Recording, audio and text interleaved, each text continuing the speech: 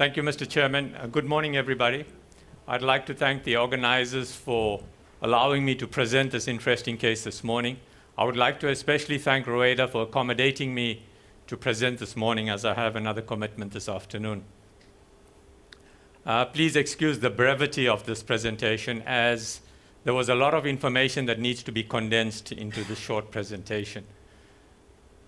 The index patient is a 23-year-old female with a background history of having been diagnosed with polyarticular seropositive juvenile idiopathic arthritis at the age of 12. In December 2005 was the first time she presented to me. She was on triple therapy with methotrexate as being the anchor drug at the maximum dose, together with cilazoparin and chloroquine. When she presented, she had a fever of 1 month duration, and it was documented to be quotidian. She also had an evanescent skin rash and generalized lymphadenopathy. At the time she presented, she had a tender joint count of 8 and a swollen joint count of 10. She had markedly elevated inflammatory markers with a sedimentation rate of 54 millimeters per hour and a C-reactive protein of 36.6 milligrams per liter. We undertook a lymph node biopsy at that time, and it showed reactive lymphadenitis, and the diagnosis was then revised to systemic juvenile idiopathic arthritis. Her screen for tuberculosis was negative, and infliximab was then commenced in January 2006. She had a dramatic response to infliximab and remained well until the 17th of August 2009 on infliximab, cilazoparin, and methotrexate. On the 17th of August 2009, she presented with a fever. This time it was unremitting. She had headaches, which were non-specific, and left upper quadrant abdominal pain for the last 5 days. In view of the patient having a high pyrexia, she was admitted. She was pyrexial with a temperature of 39 degrees. She had no obvious signs of infection on clinical examination. She had no meningism, and there was no flare in her arthritis.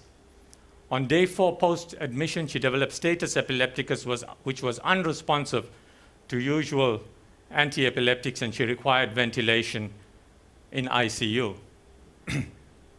In terms of investigations, an exhaustive search for an infective agent proved fruitless. She initially had a leukocytosis, which subsequently she then developed a bicytopenia. Blood cultures were negative. Urine cultures, throat swabs, and a chest X-ray was normal.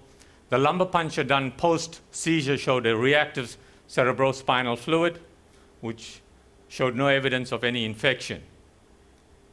Her procalcitonin level was less than 0.5 nanograms per ml. Her sedimentation rate was 26. However, her C-reactive protein was 316. Urea and electrolytes were normal. An MRI of the brain undertaken was normal. An ultrasound showed a splenomegaly, although at the time the spleen was not palpable. She had a progressive drop in her hemoglobin over the next 2 weeks, and you can see she started off with a hemoglobin of 13.4, and by the 29th of August it dropped to 6.2. Her white cell count also dropped to 4.1 over the same period, as did her platelets. She had a marked elevation in her transaminases with the alanine transaminase of over 4 times upper limit of normal and an AST of about the same area. Her HIV screen was negative. Epstein-Barr virus was negative. Cytomegalovirus was negative. Hepatitis A, B, and C was negative. She had marked elevation in the ferritin levels. The D-dimer was positive, and she did have a coagulopathy. Her rheumatoid factor was positive, as was her anti-CCP antibodies. Her anti-nuclear factor was negative. Her MAN2 was negative. Quantiferon gold was negative, and her chest radiograph was completely normal. Any hypotheses with this patient had to explain her,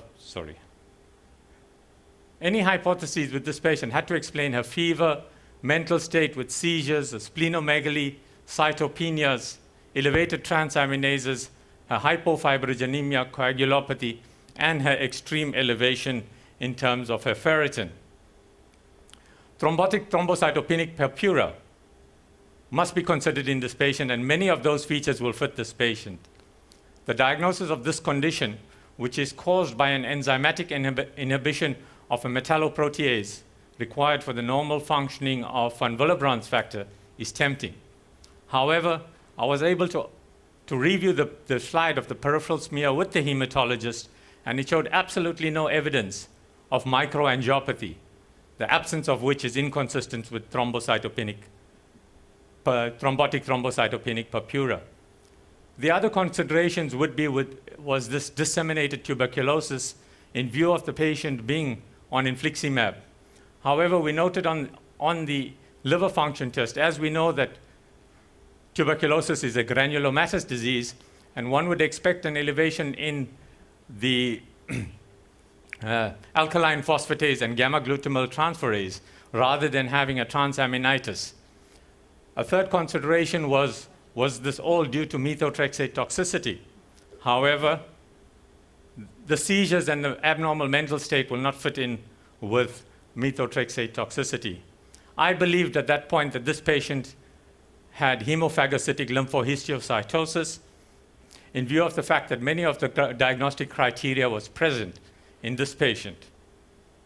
At that time, I thought the bone marrow aspirate and trephine would be the procedure of choice, as it would explain many of these features. And the bone marrow aspirate and trephine was undertaken, and as you can see in panel A, the patient had a hypercellular marrow with large number of histiocytes with inclusion bodies. Panel B and panel C showed immunohistochemical staining, showing marked number of histiocytes.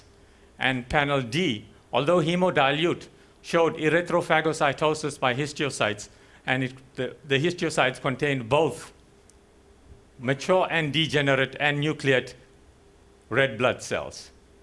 And hence the final diagnosis of macrophage activating syndrome secondary to systemic juvenile idiopathic arthritis. Now, we are aware that macrophage activating syndrome has been linked both to systemic juvenile idiopathic arthritis as well as many of the drugs used to treat the condition. In terms of treatment and management of this patient, she was initially started on broad-spectrum antibiotics because of the fever. However, because of the absence of infection, the antibiotics were stopped on day 5. She was given pulse methylprednisolone in the dose of 1 gram daily for 3 doses. However, due to the progressive deterioration in her hematology and her liver function test, suggestive that there was an active cytokine storm ongoing, she was then given intravenous immunoglobulin at the dose of 400 milligrams per kilogram per day for 5 days. In terms of her progress, by 2 weeks, her hemoglobin had returned.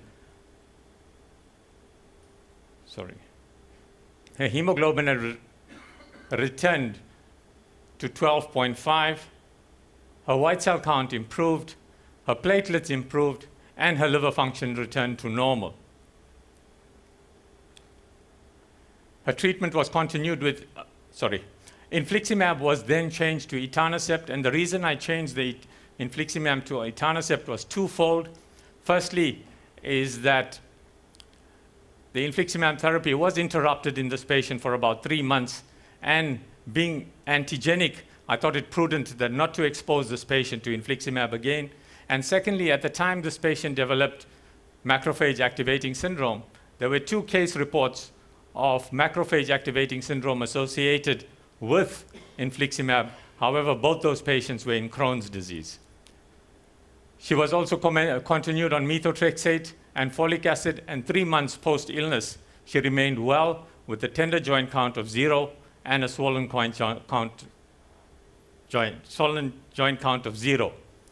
However, on the 31st of January 2012, she presented with marked constitutional symptoms, a fever, and a cough productive of yellowish sputum.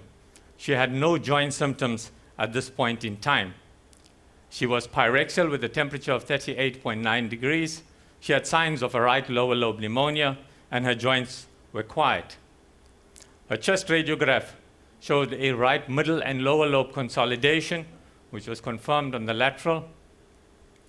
Her sputum came back positive for acid-fast bacilli, and a diagnosis of pulmonary tuberculosis was made. She responded well to standard tuberculostatic therapy. Her temperature settled, her constitutional symptoms resolved, and she was well. 1 month post-treatment, a repeat chest radiograph shows a resolution of the consolidation. However, she did still have some scarring in the right lower lobe. The problems that we face now is a patient who has tuberculosis on etanercept. The parents are quite adamant that they do not want her going back on etanercept. She's previously had infliximab, and for which it may have been the causative agent for the macrophage activating syndrome, it may not, but how do we proceed further with this patient? And I think I'll stop there. Thank you very much.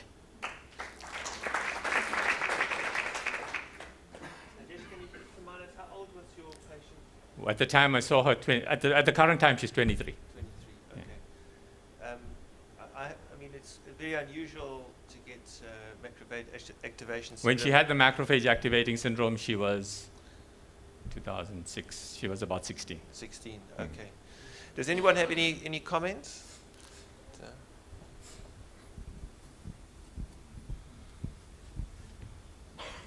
Hi.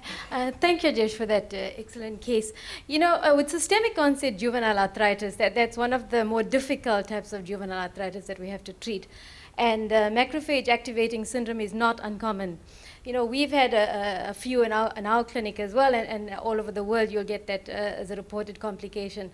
And one of the clues to it, I mean, obviously there's a high degree of suspicion in those cases, but one of the clues is that when your white cells and your counts start dropping, you know, usually with the inflammatory arthritis, you have high counts. You know, active disease relates to higher white cell, ICRPs and things. The moment these things start dropping, then obviously your differentials, macrophage activating syndromes, infections in our population, and obviously the malignancies.